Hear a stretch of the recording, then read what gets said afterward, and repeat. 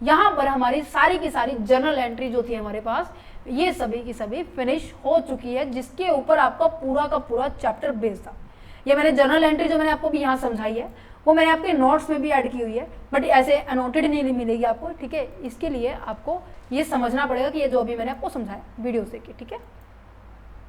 Okay, ये आपको समझ में आ गया। चलो तो अब अपना नेक्स्ट पार्ट कर लेते हैं, जो कि मैंने आपको बताया था कि जर्नल एंट्रीज करने के बाद हम क्या करने वाले हैं, प्रैक्टिकल सेशन करने वाले हैं। जो क्वेश्चंस मैंने आपको, कंसेप्ट जो मैंने आपको ऊपर समझाया है, उसके अब हम प्रैक्टिकल क्वेश्चंस करने वाले हैं, राइट। तो प्रैक्टिकल क्वेश्चंस करते हैं। अब देखो हमारे पास कितने पार्ट्स हो गए हैं, टाइप 1 हो चुकी है, हमने डिबेंचर्स और रिडम्पशन ऑफ प्रेफरेंस शेयर का मतलब समझा, लीगल एंड फाइनेंशियल गाइडलाइंस हमने समझी, जो कि वेरी वेरी इंपॉर्टेंट थी इस पूरे चैप्टर को समझने में। अगर आपने ये वीडियो नहीं देखी अभी, मतलब स्टार्टिंग से नहीं देखी है, सो प्लीज पहले इसको देख लीजिए। फर्स्ट पार्ट के अंदर मैंने डिस्कस की थी, सेकेंड पार्ट ये आपके वीडियो का फर्स्ट पार्ट था, देन सेकेंड पार्ट के अंदर बहुत अच्छे से डिस्कस किया था part number 2, this is a journal entry, ये पार्ट था कि कैसे कैसे एंट्री होगी। अब फाइनली हम करते हैं प्रैक्टिकल क्वेश्चंस, ठीक है। फिर उसके बाद हम बोनस शेयर करेंगे और बोनस शेयर के साथ साथ हम डिफरेंस करने वाले हैं। अगर हो सका था तो आपके टोटली आपके 3 से 4 पार्ट बनेंगे इस चैप्टर के, ठीक है। तो चलो प्रैक्टिकल क्वेश्चन करते हैं 1 बाय 1 सभी क्वेश्चंस को लेकर। अब इन्होंने देखो क्या बोला है, सबसे पहले बहुत ध्यान से पढ़ना है।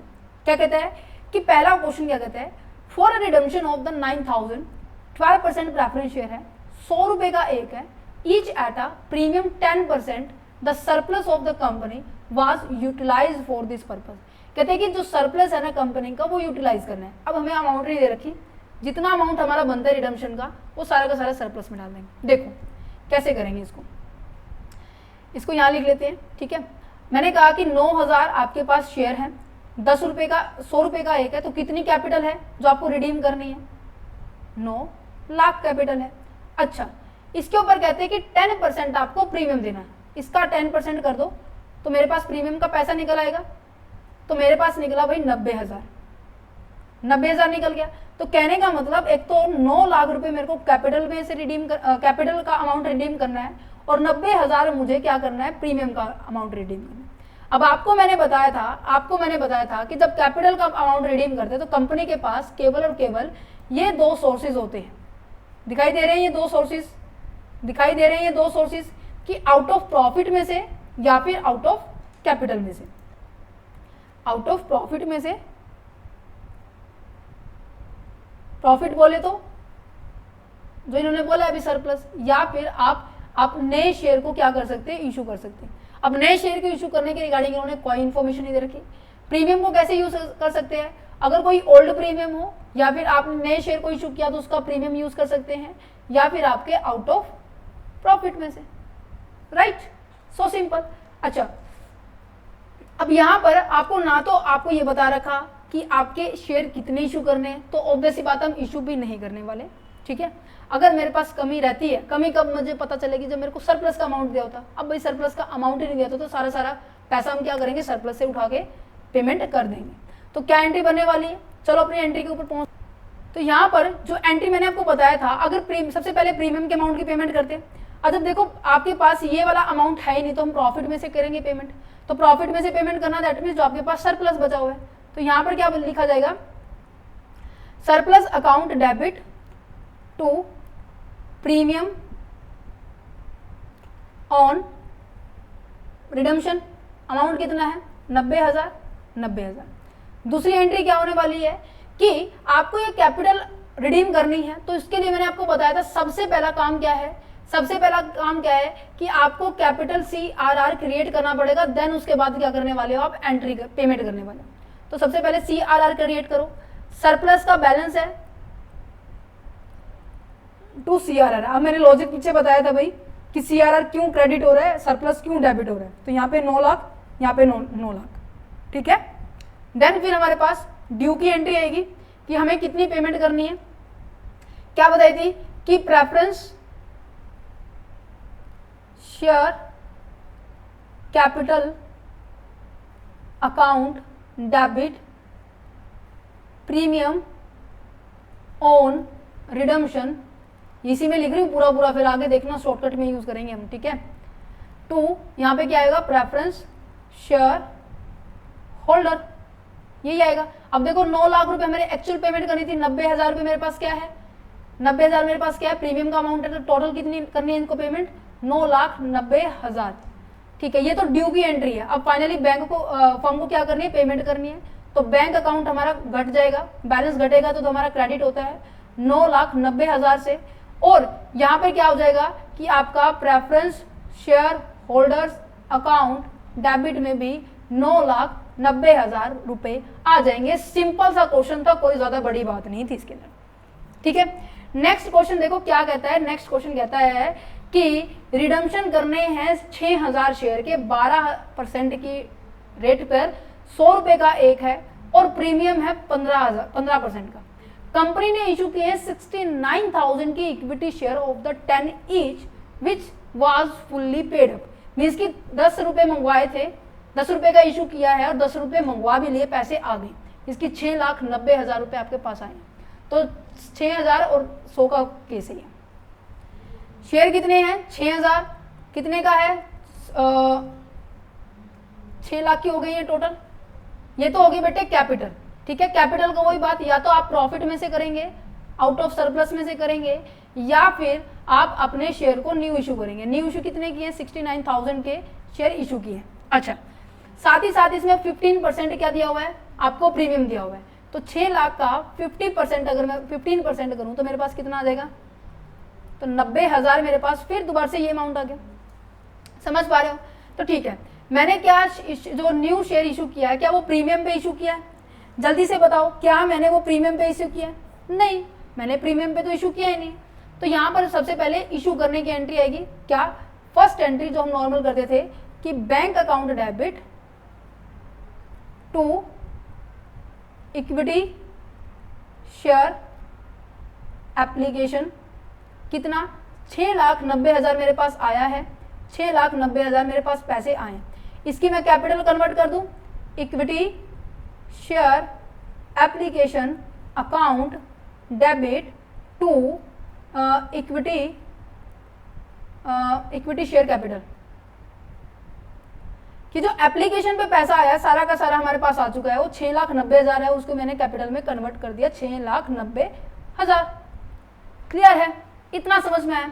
अब यहां पर आने के बाद अब देखो प्रीमियम का जो यहां पर प्रीमियम का जो पैसा है, सॉरी कैपिटल का पैसा तो इन दोनों में से यूज कर सकते थे, बट प्रीमियम के पैसे के लिए भी हमारे पास दो साधन थे, या तो अपने ओल्ड को यूज करो या फिर नए शेयर को इशू किया है प्रीमियम पे तो उसको यूज कर सकते हैं, या अदरवाइज प्रॉफिट में से करना है। अब ना तो मेरे पास ये है तो बचा क्या, प्रॉफिट में से करना है, तो सेम एंट्री यही हो जाएगी, surplus account debit to premium on redemptions के ऊपर 90,000। क्लियर है? क्या दोबारा से लिख के दिखाऊं? कोई जरूरत नहीं, आप यहां से कर सकते हो। ठीक है, देन उसके बाद मैंने कहा कि मेरे को कैपिटल की पेमेंट 6 लाख करनी है, कंपनी ने इशू कर दिया 6,90,000, कोई दिक्कत वाली बात नहीं है, आप इसमें से 6 लाख रुपए यूज करो। ठीक है, बाकी 90,000 एज इट इज रहने दो, कंपनी की बैलेंस शीट में शो जाएंगे equity share.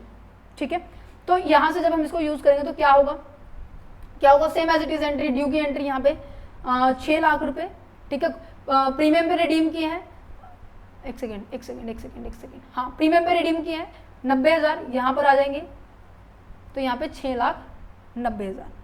I hope question बिल्कुल क्लियर हो चुका, कोई दिक्कत है तो बता देना भाई। ठीक है, नई चीज जो इसमें पहले वाले क्वेश्चन में नई चीज क्या थी कि प्रीमियम पे रिडीम किया था तो हमारे पास ये नई एंट्री थी और ये दो नई एंट्री थी। अब हमने नए शेयर को इशू किया है तो मेरे लिए ये दो नई एंट्री थी, नहीं तो नहीं है, पुराने चैप्टर में हमने किया हुआ इशू ऑफ द शेयर। ठीक है, अच्छा लास्ट पोर्शन क्या कहता है कि इसको थोड़ा सा मैं क्लीन कर देती हूँ कि हमारा थोड़ा सा कुछ काम जल्दी आसानी से हो जाए, राइट। क्या कहता है, पढ़ो इसको जल्दी से इसको रीड करो फटाफट, मेरे को फिर बताना क्या कह रहा है ये।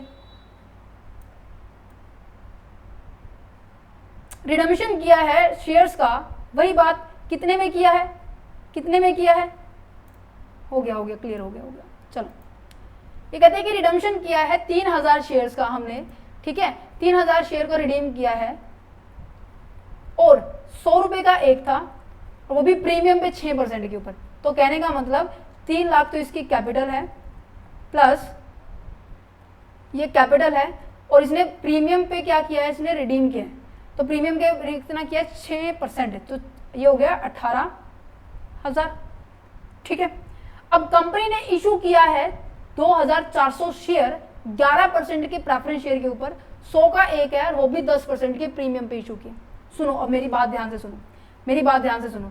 अब इसको रिडीम करने के दो साधन थे, या तो आउट ऑफ प्रॉफिट में से करना होता था या फिर न्यू इशू से करना होता था, राइट। अच्छा, प्रीमियम को क्या करते थे, या तो ओल्ड प्रॉफिट प्लस के प्रीमियम न्यू प्रीमियम और आपका ओल्ड प्रीमियम का बैलेंस बचाओ, या फिर आउट ऑफ प्रॉफिट का बचाओ। अब आपने नए शेयर को इशू किया है, पहली बात तो कितने किए हैं, 2400 यूज किए। तो यहाँ पे 2400 शेयर थे, कितने का एक था, 100 रुपए का एक था, 100 रुपए का एक था, तो 2,40,000 तो ऐसे ही आ गए हैं। ऊपर से आपको 10% प्रीमियम मिला है, 10% प्रीमियम, दैट मीन्स 24,000 आपको प्रीमियम मिला है। टोटल आपको पैसे कितने मिले हैं, 2,64,000 रुपए, राइट।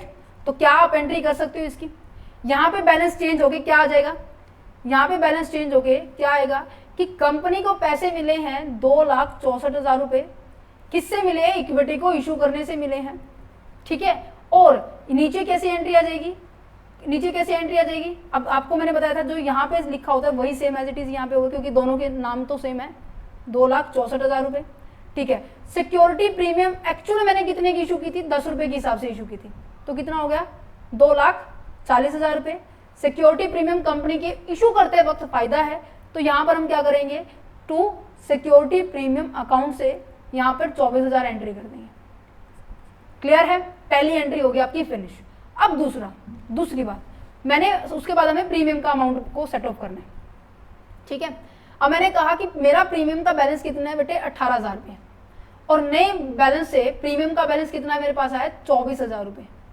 ठीक है, अब मैं इसमें से 18,000 यूज कर लूंगी, बाकी के बचे जो 6,000 है मैं बैलेंस शीट में शो करके दिखा दूंगी कि सिक्योरिटी प्रीमियम रिजर्व 6,000 रुपये। ठीक है, 18,000 रुपये बैलेंस यूज हो गया नहीं हो गया, तो इसकी एंट्री क्या होगी, एंट्री क्या होगी जल्दी से बताओ। अब देखो, कंपनी के लिए खर्चा है, सिक्योरिटी प्रीमियम को हमें रिडम्पशन के टाइम जो प्रीमियम आया था, प्रीमियम पे करना है, कंपनी के लिए नुकसान है, तो क्या लिखेंगे, प्रीमियम है ऑन रिडम्पशन पे, राइट। अच्छा, इसको कहां से लिया है, हमने लिया है जो हमारा एक्चुअल में प्रीमियम आया था। एक्चुअल में प्रीमियम देखो कहां था बेटे, ये देखो क्रेडिट में था, इसका बैलेंस घट रहा है, लायबिलिटी जो मतलब कैपिटल घट रही है, या फिर लायबिलिटी घटे या एक्सपेंसेस घटे, सॉरी इनकम घटे, तो क्या होती है, डेबिट होती है। तो यहाँ पे कर दो सिक्योरिटी प्रीमियम अकाउंट 18,000 से, यहाँ पे 18,000 से, सो सिंपल। अच्छा मैम कैपिटल की पेमेंट करनी रहती है, रुको ना, अब इस बैलेंस को कभी भी हम कैपिटल की पेमेंट करने में यूज नहीं करते, ये मैंने आपको फर्स्ट लेक्चर के अंदर डिस्कस किया था, याद है।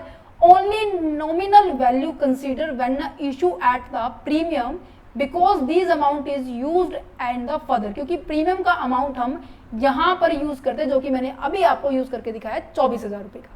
ठीक है, अच्छा तो मेरे पास क्या सफिशिएंट अमाउंट में बैलेंस है या नहीं है, मैंने कहा मेरे को तो 3 लाख की पेमेंट करनी है, कहते हैं इशू तो आपने केवल 2,40,000 की है, तो मैम बकाया पैसा कहाँ से लेंगे, कोई डर क्यों रही हो भाई, साइड में भी तो है ना, ये बैठा इधर देखो आंखें लगाकर, हैं सरप्लस में से ले लेंगे। तो एंट्री क्या होगी सरप्लस में, अब बैलेंस पता है कितना आएगा कि 3 लाख रुपए चाहिए थे, 2,40,000 के शेयर इशू कर दिए हैं, बाकी के बचे हम 60,000 रुपए सरप्लस में से ले लेंगे। तो यहाँ पे 60,000 की एंट्री, 60,000 की एंट्री पहले क्रिएट करेंगे, देन उसके बाद हम यहाँ पे एंट्री करेंगे। एंट्री क्या होगी कि प्रेफरेंस शेयर ड्यू की एंट्री की जा रही है, preference share capital account debit, premium on redemption कितना था मैम हमारा 18,000 था, 3 लाख रुपए हमें क्या करने थे, रिडीम करने थे, कंपनी वालों को 3,18,000 रुपए देने थे। ठीक है, और एक्चुअल में हमने इतने भी दे दिए हैं।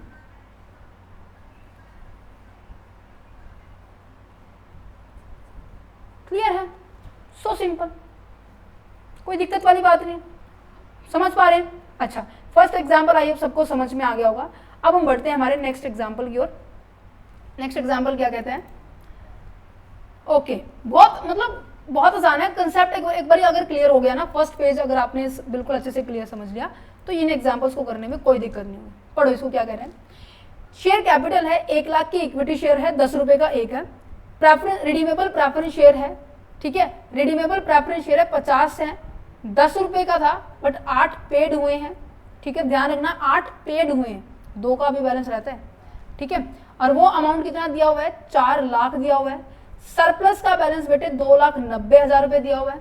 अच्छा जी, उसके बाद दिया हुआ है आपके पास करंट एसेट्स दिए हुए हैं, करंट लायबिलिटी दी हुई है, ठीक है, कोई दिक्कत है। अच्छा, उसके बाद कहते हैं कि on the about date director ने गिव दिया नोटिस कि रिडीम करने हैं preference share at the premium, means की जो प्रेफरेंस शेयर थे उनको प्रीमियम पे हमें क्या करना है, उनको रिडीम करना है, ठीक है। In order to providing the cash toward the redemption को करने के लिए किस तरीके से हम कैश को यूज करेंगे, उसने कहा all the investment was sold. क्या आपको ये वाली स्लाइड याद है? याद है कि हमने जब किया था कि जब इन्वेस्टमेंट को बेच रहे हैं तो हमारे जो भी कैश बैलेंस बचा होता है उसमें हम ऐड कर देते हैं, अगर प्रॉफिट है नुकसान है तो हम उसको लेस कर देंगे, ठीक है। डायरेक्टर ने डिजायर किया that the minimum number of the fresh issue share be issue at a par, means कि जितनी की भी हमारे पास शेयर की रिक्वायरमेंट पड़े, ठीक है, जितनी, मान लीजिए मेरे पास आउट ऑफ प्रॉफिट में बैलेंस अगर कम बच जाता है तो उसको बताया कि वो बैलेंस जो भी बचे ना उसके आप इक्विटी शेयर क्या कर लेना, इशू कर लेना, ठीक है, वो भी पार पर, कितने पर, पार पे किया जा रहा है, समझ में आया। अब देखो मेरे पास प्रेफरेंस शेयर है कितने के, सबसे पहले हम ये नोट आउट करेंगे। प्रेफरेंस शेयर देखो कितने के दिखा रखे हैं कि 50,000 शेयर है, 12% रिडीमेबल प्रेफरेंस शेयर है, 10 रुपए का था शेयर, आपने केवल 8 रुपए पे कर रखे हैं। तो यहाँ पे सबसे पहले जो 2 रुपए अभी तक नहीं आए हैं ना, उन 2 रुपए को क्या करेंगे, हम मंगवाएंगे, ठीक है। तो पहले मंगवाने की एंट्री होगी। मंगवाने की एंट्री क्या होगी, सबसे पहले हम एंट्री करते हैं मंगवाने की कि जो 50,000 शेयर है ना उसके ऊपर अभी तक 2 रुपए नहीं आए हैं। तो मान लीजिए ये क्या थी, हमारे पास फाइनल कॉल थी, ठीक है। तो हम क्या करेंगे, सबसे पहले मंगवाने की एंट्री की जाएगी। तो जब पैसा आने के लिए ड्यू के लिए एंट्री की होती है, वो क्या होती है, ड्यू के लिए सिंपल क्या, प्रेफरेंस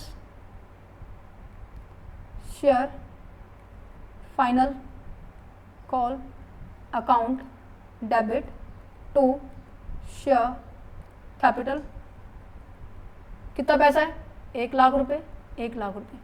अब इसके थ्रू हमारे पास बैंक में एंट्री आ जाएगी, bank account debit to preference share capital 1 lakh रुपए, 1 लाख रुपए। अब यहां पर देखो बेटे, यहां पर देखो, सबसे पहले आपने एंट्री कर दी। अब यहां पर देखो शेयर इन्वेस्टमेंट सेल की है, आपको ये नहीं पता कि आपको कितना पैसा क्या है इक्विटी से मंगवाना है। तो सबसे पहले अब हमें क्या करना है, सबसे पहले हमें क्या करना है, ये मैंने पहले एंट्री क्यों की, क्योंकि हमने कंडीशन डिस्कस की थी पॉइंट नंबर ऊपर कि सबसे पहले हमारे पास क्या होना चाहिए, फुल्ली पेडअप क्या होनी चाहिए, शेयर होने चाहिए, पार्टली पेडअप नहीं होनी चाहिए। अगर पार्टली पेडअप है तो उसे पहले फुल्ली में कन्वर्ट करना होगा, अदरवाइज एंट्री नहीं होने वाली। क्लियर है, राइट। अच्छा, उसके बाद हम देखेंगे कि हमारे पास सरप्लस कितना है, 2,90,000 है मैम, कोई दिक्कत नहीं है। लो कि हमारे पास जो बैलेंस है वो कितना है, वो 2,90,000 है। अब उसमें से कहते हैं कि हमारे पास एक एसेट्स थी जो कि हमने 1,25,000 में बेच दी है। एसेट्स इन्वेस्टमेंट कितनी थी, एसेट्स नहीं investment, oh my God, means कि 1,50,000 की होते हुए आपने बेच कितने में दी, 1,25,000 में बेच दी। मींस कि नुकसान हो गया भाई, ये तो नुकसान हो गया 25,000 रुपए का। और मैंने क्या बताया, जब भी नुकसान होता है तो बैंक में एंट्री कैसे होती है नॉर्मल, कि बैंक अकाउंट डेबिट, पैसा कितना आया मेरे पास, 25,000 रुपए आया है, 1,25,000 रुपए। इन्वेस्टमेंट थी कितने की बेटे, 2 इन्वेस्टमेंट मेरे पास मैम 1.5 लाख की थी। तो जो बीच का बैलेंस होता है मैंने बताया था कि statement and profit and loss account से एंट्री होगी। क्या ये एंट्री याद है जो मैंने अभी यहाँ करवाई थी, bank account debit to statement and profit and loss account to investment, I hope याद होगी, तभी आप यहाँ पहुंचेंगे, है ना। तो मेरे पास लॉस हुआ है, तो लॉस हुआ है तो पहले जो मेरे पास 2,90,000 बैलेंस है इसमें से मैं लेस कर दूं 25,000 रुपये लेस कर दूं। लेस करने के बाद मेरे पास कितना आएगा, 500, और यहाँ बचेगा भाई मेरे पास 7, 8 और 6 और 2,65,000 रुपये बच गए। ठीक है, मैंने यहाँ पे लॉस कर दिया, मैंने एंट्री आपको ऊपर करके दिखा दी, आप यहाँ कर लेना। तीसरे नंबर पे मेरे पास ये वाली एंट्री होगी। ठीक है, अच्छा देन उसके बाद मेरे पास आ जाता है कि रिडीम किया जा रहा है शेयर्स को, वो भी प्रीमियम पे। अब बेटे मैंने आपको बताया था जब भी कंपनी प्रीमियम पे रिडीम करेगी कंपनी के लिए खर्चा है, खर्चा है नहीं खर्चा है, तो उसकी नॉर्मल एंट्री क्या होती है बताया आपको। ड्यू की एंट्री क्या होती है, क्या होती है कि preference share capital account debit security premium account debit to preference share holders account होता है। पता है इस बात का। कहते हैं कि एक्चुअल में कितनी पेमेंट करनी थी सर उनकी, कहते हैं जितने के थे उनकी उतनी पेमेंट करनी है। 5 लाख थे, 2 रुपये हमने मंगवा लिए तो बचे पूरे 50,000, 10 का एक था तो 5 लाख थे। ठीक है, कहते हैं कि 5 लाख 10,000 शेयर 50,000 शेयर थे, 10 का एक था, 5 लाख हो गए और उनको रिडीम किया है at the rate of 5%। Means की 5% इसका 5% कर दो। ओ माय गॉड, 5,25,000 रुपए देने हैं। 5 लाख तो इसके देने हैं जो हमारी एक्चुअल कैपिटल थी, 25,000 हमें क्या करने हैं सिक्योरिटी प्रीमियम के देने हैं। कितना बच गया, 5,25,000 हमें टोटल पेमेंट करनी है। मीन्स की हमें इतना पैसा चाहिए। ठीक है, तो 25,000 रुपये मैं क्या करूंगी। अब मेरे पास पिछला कोई पुराना रिजर्व प्रॉफिट तो नहीं है, सॉरी पिछला कोई पुराना वो तो नहीं है, सिक्योरिटी प्रीमियम क्वेश्चन में गिवन है नहीं गिवन है। अब जो नए शेयर भी इशू किए वो भी किस पे किए हैं, पार पे किए, तो यहाँ से भी प्रीमियम नहीं आएगा। तो ऑब्वियस सी बात है ये पैसा हम कहाँ से देंगे, आउट ऑफ प्रॉफिट में से देंगे। तो यहाँ पे माइनस कर दो भाई, आउट ऑफ प्रॉफिट में से यहाँ से माइनस कर दिया मैंने। ठीक है, 0 यहाँ पे 4, 2,40,000 रुपये बचे। अब मेरा प्रॉफिट का जो बैलेंस था ना, जो सरप्लस का बैलेंस था 2,90,000 में से सारे खर्चे माइनस कर दिए, प्रीमियम भी हमें मैंने पे कर दिया। ठीक है, तो प्रीमियम मैंने पे कर दिया सरप्लस में से, तो मैं एंट्री ये लिख सकती हूँ surplus account debit to security premium redemption premium on redemption 25,000 रुपये 25,000 रुपये। ठीक है, अब कहते हैं कंपनी को कि हमारे पास तो 2,40,000 रुपये बचे, 2,40,000 रुपये बचे और मेरे को एक्चुअल में कैपिटल की पेमेंट कितनी करनी है क्योंकि इसकी तो हो गई है। अब बचा ये 5 लाख में से मेरे पास 2,40,000 रुपये हैं बस। तो कहते हैं कि 2,60,000 रुपये अरेंज करो भाई। कहते हैं अरेंज करने के लिए ऊपर बोला हुआ है कि मैम हमें क्या करना है, कितने चाहिए, 2,60,000 रुपये चाहिए। एट पार पे बोला, इसकी वैल्यू नहीं की मैंने, कोई दिक्कत वाली बात नहीं है, हम एज इट इज इसको एंट्री कर देंगे कि बैंक अकाउंट डेबिट टू क्या equity share capital on application और फिर equity share capital on application क्या होगा, टू इक्विटी शेयर कैपिटल। यहाँ पे 2,60,000 और 2,60,000। इज इट क्लियर बेटे? आई होप सबको क्लियर है ये एंट्रीज। ठीक है, सबसे पहले नंबर पे हमारे पास ये 2 एंट्री होने वाली, तीसरे नंबर पे हमारे पास बैंक की एंट्री होने वाली जब मैंने इन्वेस्टमेंट को सेल किया। ठीक है, फिर मेरे पास क्या होने वाली है, फिर मेरे पास ये वाली एंट्री होने वाली है कि मैंने 4th नंबर पे कि मैंने रिडम्पशन के टाइम क्या है, किस अमाउंट को कहाँ से अरेंज किया है। देन उसके बाद मेरे पास मेरा CRR क्रिएट होगा कि मुझे ये अमाउंट मेरा CRR का है, प्रॉफिट में से जो निकलता है वो CRR तो होता है profit account debit to CRR 2,40,000 पांचवी एंट्री होने वाली है। ठीक है, फिर उसके बाद 6th एंट्री आपकी ये होगी, 7th एंट्री आपकी ये होगी, 8th एंट्री आपकी ये होगी एंड देन 9th एंट्री क्या होगी, बैंक 2 से आ जाएगा कि भाई हमें 5,25,000 पे करने हैं और किसको करने हैं, secured preference share holders account के अंदर 5,25,000 चला जाएगा। उम्मीद है समझ में आ गया होगा, फिर भी दिक्कत रहती है तो बता देना बेटे। ठीक है, अब नेक्स्ट टाइम ना हम प्रोसेस से करेंगे एंट्री, मैंने बट वही बात है जैसे जैसे कंसेप्ट आता जा रहा था मैंने उसको करवा दिया। ठीक है, सो सिंपल। जहां पर अब देखो यहाँ पे ना इक्विटी की अमाउंट को निकालना ईजी था, मैंने डायरेक्ट माइनस कर दिया, पार पे इशू कर रहा था, कोई दिक्कत नहीं निकली। अब मेरे को ये भी बोला है प्रीमियम पे इशू किया, मेरे को ये भी नहीं पता मुझे कितने इशू करने, जैसे मुझे यहाँ नहीं पता था तो यहाँ दिक्कत हो जाती है। ये क्वेश्चन बहुत ज्यादा इजी है समझना। कहते हैं कि कंपनी चाहती है want to redeem the 20,000 preference share है। ठीक है, कहते हैं कि 20,000 जो प्रेफरेंस शेयर है वो रिडीम करने हैं, 10 ईच है। ठीक है, और रिडीम किए हैं, अब देखो कितने रिडीम करने हैं, 2 लाख रुपए रिडीम करने हैं। ये तो हो गया बेटे कैपिटल का अमाउंट। प्रीमियम पे रिडीम किया इन्होंने 10%, मीन्स की 20,000 प्रीमियम भी देने हैं, तो टोटल अमाउंट हो गई 2,20,000 रुपए। क्या इतना आपको क्लियर समझ में आ रहा है? ठीक है, अब इसको रिडीम किया जाएगा या तो आउट ऑफ प्रॉफिट में से या फिर न्यू इशू करने के बाद। और 20,000 को रिडीम किया जाएगा या तो ओल्ड प्रीमियम में से या फिर न्यू प्रीमियम में से। अगर इससे बैलेंस कम पड़ता है तो मैं आउट ऑफ प्रॉफिट में से करूंगी, राइट। अच्छा, मैंने कहा कि मेरे पास सिक्योरिटी का प्रीमियम का बैलेंस बचा था भाई 6,000 रुपए। मैम मीन्स की हमें ओल्ड प्रीमियम का अमाउंट दे रखा है 6,000 रुपए। मैं क्या, हाँ जी। Balance of the surplus account बचा हुआ है 30,000 रुपए। मीन्स की प्रॉफिट का जो बैलेंस है ना वो कितना बचा हुआ है 30,000 रुपए। तो कंपनी वाले कहते हैं कि पहले प्रीमियम का बैलेंस को सेट ऑफ करो, बाद में हम इसके ऊपर आएंगे, क्योंकि इसको तो हम कैपिटल में से भी रेज कर सकते हैं। पहले हम प्रीमियम का अमाउंट पे करने वाले। मैं क्या, ठीक है। डायरेक्टर ने रिडीम किए हैं शेयर्स को by the making the minimum.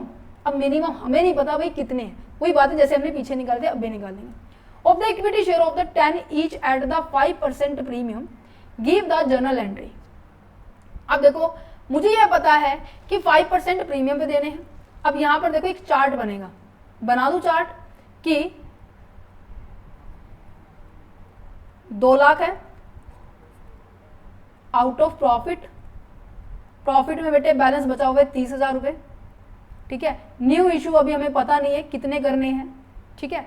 अच्छा, मेरे पास क्या है 20,000 रुपए, क्या है प्रॉफिट है, सॉरी प्रीमियम है जो कि मुझे पे करना है। और पे करने के लिए मुझे बोला गया है या तो ओल्ड या न्यू में से इशू यूज करना है। ओल्ड की बैलेंस मुझे दे रखी है 6,000 रुपए, नई की बैलेंस मुझे पता नहीं क्योंकि ये भी क्या है 5% प्रीमियम पे इशू की हुई है, तो ये अमाउंट पता नहीं है। और आउट ऑफ द प्रॉफिट तो है ही मेरे पास, बाद का बात है। अब मान के चल लेते हैं कि 20,000 में से 6,000 मेरे पास ये है। फॉर एग्जाम्पल जस्ट अज्यूम कर लेते हैं कि मेरे यहाँ पर अमाउंट निकल आएगी 14,000। अगर यहाँ पे न्यू इशू शेयर का प्रीमियम का बैलेंस 14,000 रुपए निकल गया तो बल्ले बल्ले, अदरवाइज आपको दोबारा से प्रोसेस करनी पड़ेगी, एक नया कंसेप्ट यूज करना पड़ेगा। तो चलो निकाल के देखते हैं। इन केस मैंने कहा कि मेरे पास यहाँ पर सारा का सारा बैलेंस, मान लीजिए फॉर एज्यूम किया मैंने, ये लिख देती हूँ मैंने एज्यूम किया है कि ये अमाउंट मेरी 14,000 मेरी न्यू शेयर इशू से होने वाली। तो इसका मतलब ये है कि 2 लाख रुपए जो मेरे को कैपिटल की पेमेंट करनी है उसके लिए पूरा का पूरा पैसा प्रॉफिट का बच गया 30,000 रुपए। और मेरे को कितने अरेंज करने हैं 1,70,000 रुपए, राइट। और 1,70,000 रुपए अरेंज करने हैं। उन्होंने कहा है कि एक शेयर क्या होने वाला है 10 रुपए का होने वाला है। टोटल कैपिटल 1,70,000 है, तो मतलब कि मुझे 17,000 क्या करना पड़ेगा, शेयर को इशू करना पड़ेगा। 17,000 शेयर को इशू करना पड़ेगा, राइट। इतना समझ में आया। अब देखो 1,70,000 के ऊपर क्या मेरा 5% प्रॉफिट 14,000 के इक्वल निकलता है या नहीं है। अगर यस तो बहुत इजी रह जाएगा क्वेश्चन, अगर नहीं तो कहीं ना कहीं दिक्कत होने वाली है। तो इसकी जल्दी से कैलकुलेशन करते हैं कि इसकी कैलकुलेशन करने के बाद मेरे पास कितना बचेगा 8,500। ओ माय गॉड, 14,000 सोचा था, ये तो 8,500 बचा भाई। अब क्या होगा, तो इसका मतलब इतने शेयर इशू नहीं होंगे, ये गलत है। पहली बात तो ये, क्योंकि अगर मेरे पास 14,000 प्रीमियम निकल जाता, 14,000 प्रीमियम निकल जाता तो बहुत बेनिफिट हो जाता है ना, कुछ काम नहीं करना पड़ता। तो इस केस में एक कंसेप्ट लगाना है, छोटा सा कंसेप्ट, कि जितना पैसा चाहिए पहले उनको इकट्ठा कर दो। मैंने कहा कि भाई मेरे को तो 2,20,000 रुपये चाहिए। कंपनी कहती है ठीक है, अब फिलहाल आपके पास कितना पैसा है वो बताओ मुझे। वो कहते हैं, कंपनी कहती है हमारे पास इतना पैसा है, 36,000 रुपये पैसा है फॉर एग्जाम्पल, है ना। 2,20,000 चाहिए, 36,000 तुम्हारे पास है, बकाया कितना बचा। कहते हैं बकाया हमारे पास 4, यहाँ पे 11 बचेगा तो 8, 1,84,000 बकाया बचा। कहते हैं 1,84,000 तुम्हें चाहिए, ठीक है, और नए शेयर तुम्हें इशू करने हैं या नहीं करने, यस करने हैं।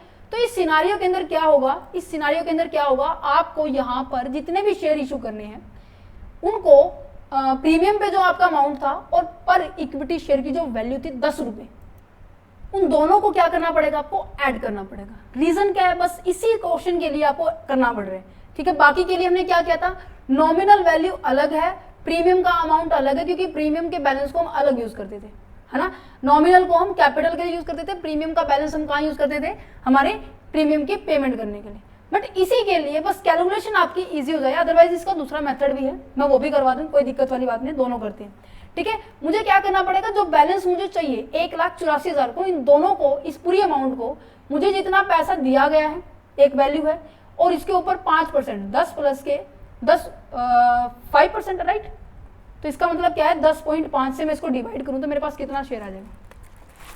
करते हैं इसको, 1,84,000 डिवाइड करेंगे 10.5 से, तो मेरे पास आ जाएगा ये 17,523.809 समथिंग है।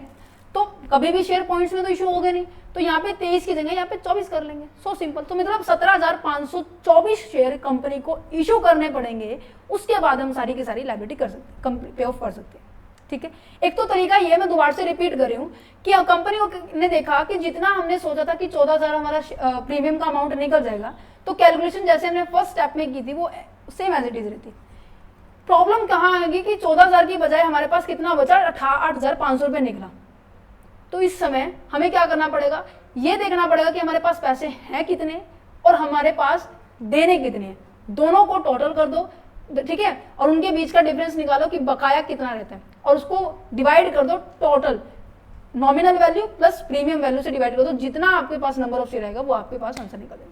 इसका एक और करने का तरीका है, एक और करने का तरीका पता है क्या दिया हुआ है कंपनी आपकी बुक के अंदर, कि आपको 2 लाख कितना चाहिए था, 2 लाख रुपए चाहिए थे इसके, और 20,000 रुपये प्रीमियम के चाहिए थे, ठीक है। सिक्योरिटी प्रीमियम आपके पास 6,000 था, और 30,000 रुपये आपके पास क्या है, 30,000 आपके पास क्या है, सरप्लस का बैलेंस है। आपको क्या करना है, एक्स मानना है, एक्स क्यों मानना है, क्योंकि ये कैपिटल है, इक्विटी हमें नहीं पता, ठीक है, और इक्विटी के ऊपर आपको 5% प्रीमियम भी देना है।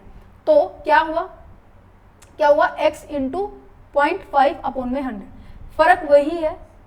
फर्क वही है जो मैंने ऊपर किया था, बस यहाँ पे x मानना पड़ रहा है, तो इतना झंझट करने की जरूरत नहीं है, सीधा आप ऐसे कर सकते हो, ठीक है।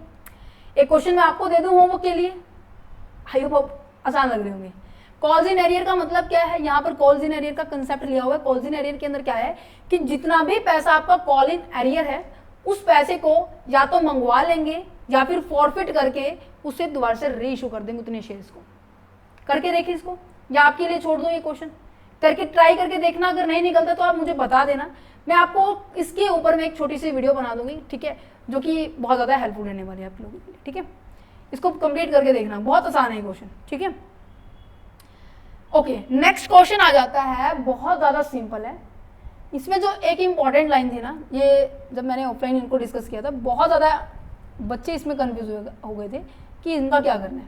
सुनो, ये क्वेश्चन करते हैं, कहते हैं कि इक्विटी शेयर्स, प्रेफरेंस शेयर्स दिए हुए हैं, 5,000 के प्रेफरेंस शेयर है, 100 रुपये का एक है, फुल्ली पेड अप, फुल्ली क्या किया कॉल्ड अप है, फाइनल कॉल जो है 20 रुपये पर शेयर वो अनपेड है। अब देखो रुपीस दे रखे हैं, शेयर की वैल्यू दे रखी है, मतलब नंबर ऑफ शेयर कितने हुए, 4,000 आपके पास अमाउंट है, 20 रुपये का एक है, मीन्स कि आपके पास 200 शेयर ऐसे हैं, 200 शेयर के ऊपर ऐसा पैसा है जो कि आपको अभी रिसीव नहीं हुआ है। इतना क्लियर है, ठीक है। इक्विटी शेयर कैपिटल दे रखी है 60,000 रुपीज की, 10 का एक है, सरप्लस है, सिक्योरिटी प्रीमियम है, इनका हमारे पास यूज होने वाला है, ठीक है।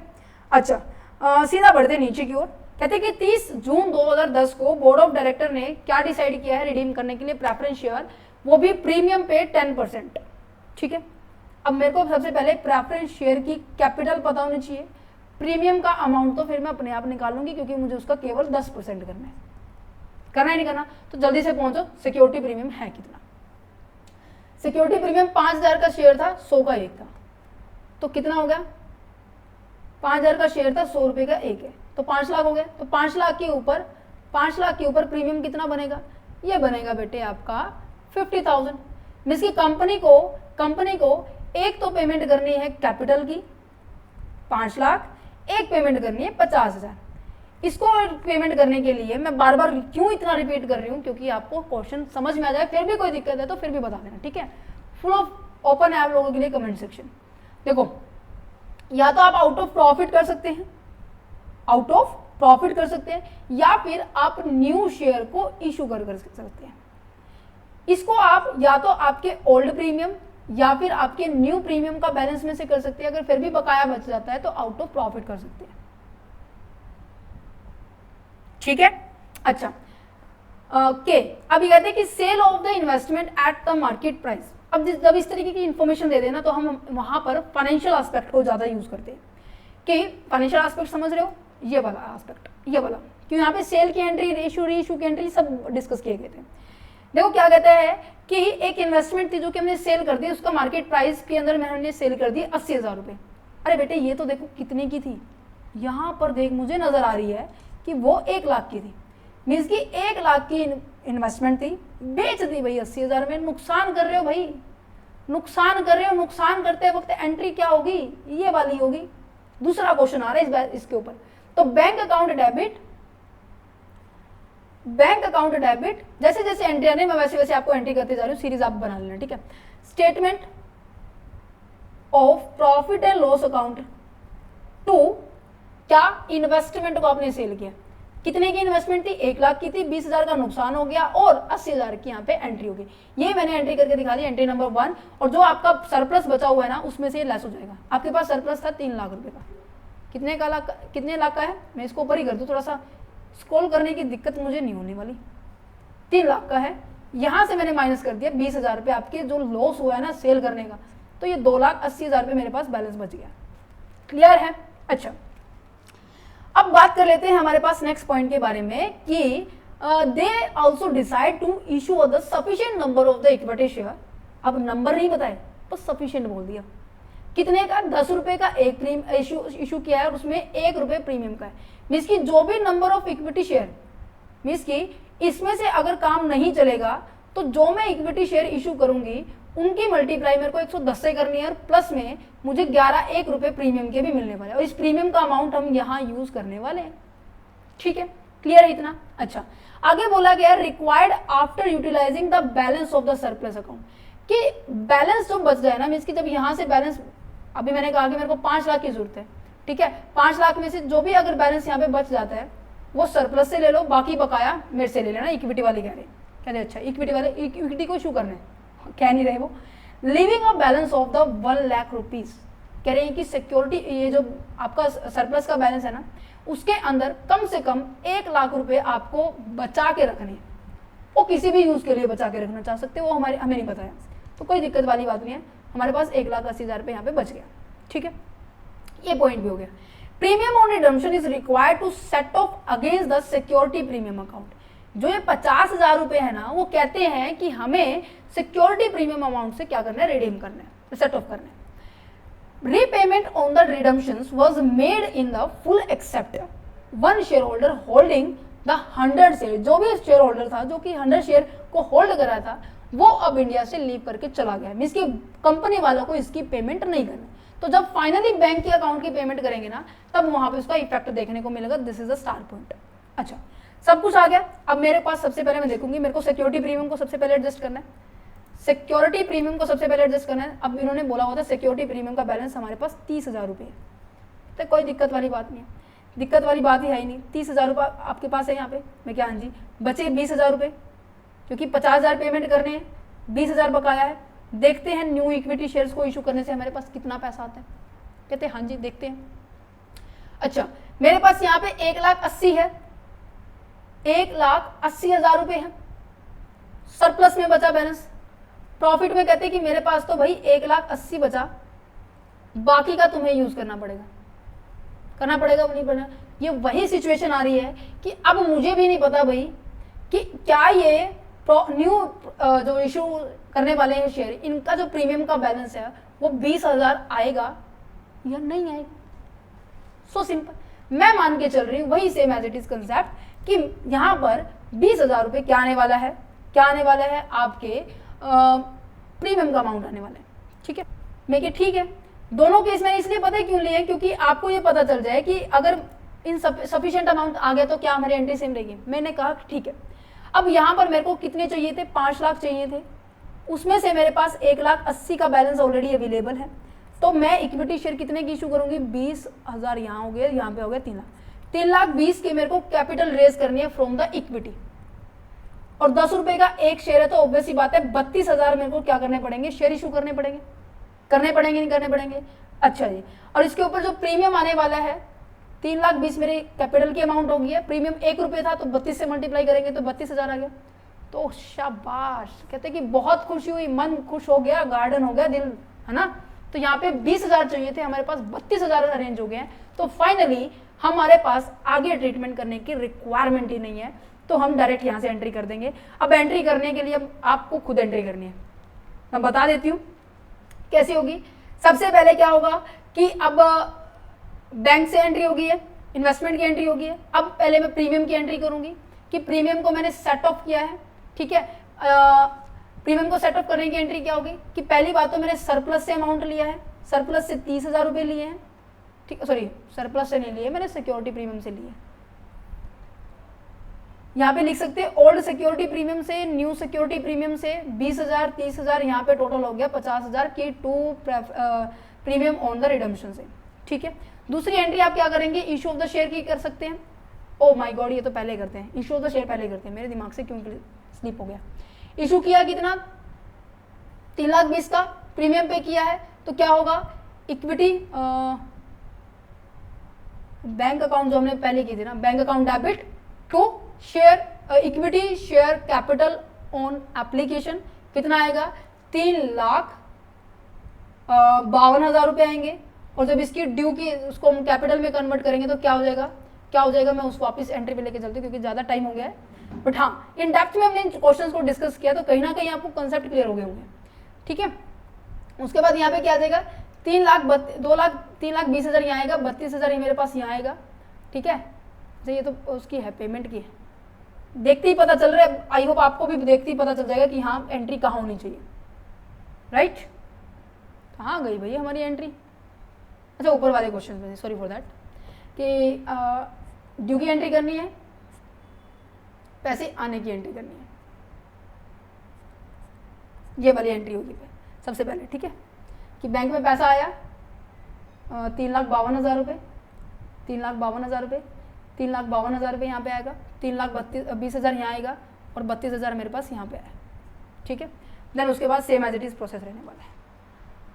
ओके, उम्मीद करेंगे जो प्रैक्टिस सेशन है बहुत ज़्यादा हेल्पफुल रहा होगा। नेक्स्ट टॉपिक करने वाले हैं हमारे पास बोनस शेयर का है। बोनस शेयर डिस्कस करेंगे कि बोनस शेयर होता क्या है, कैसे इसको इशू किया जाता है, इनके बीच में और राइट शेयर और बोनस शेयर के बीच में डिफरेंस क्या है, ठीक है। क्योंकि बोनस शेयर क्यों इसके चैप्टर के अंदर आया, क्योंकि जो आपके पास CRR का टॉपिक है ना, CRR का जो पैसा है वो केवल और केवल कहाँ यूज कर सकते हैं, बताया था मैंने यहाँ पे कि once the CRR is form then it will be not converted into the cash but use to redeem और the issue of the bonus share. Bonus share को इशू करने में और रिडम्पशन करने में ही हम इसको यूज करते हैं। Is that clear? कोई दिक्कत, कोई परेशानी नहीं है तो प्लीज सेशन को लाइक करना, और अगर सेशन अच्छा लगे तो बच्चों के पास भी सेंड करना कि हाँ समझ में आ रहा है। कॉर्पोरेट अकाउंटिंग बहुत आसान सब्जेक्ट है। इवन मैं कहूँ जैसे हमने कंपनी लॉ को डिस्कस किया था, इवन हमने जैसे कि हमने बिजनेस लॉ को डिस्कस किया है, बिजनेस स्टैटिस्टिक्स को डिस्कस किया है, इनकम टैक्स हो गया, इतना सबसे बड़ा सब्जेक्ट हमने कंप्लीट कर दिया, तो कुछ भी नहीं है, राइट। चलो अब हम बढ़ते हैं हमारे नेक्स्ट टॉपिक के ऊपर, this is the bonus share.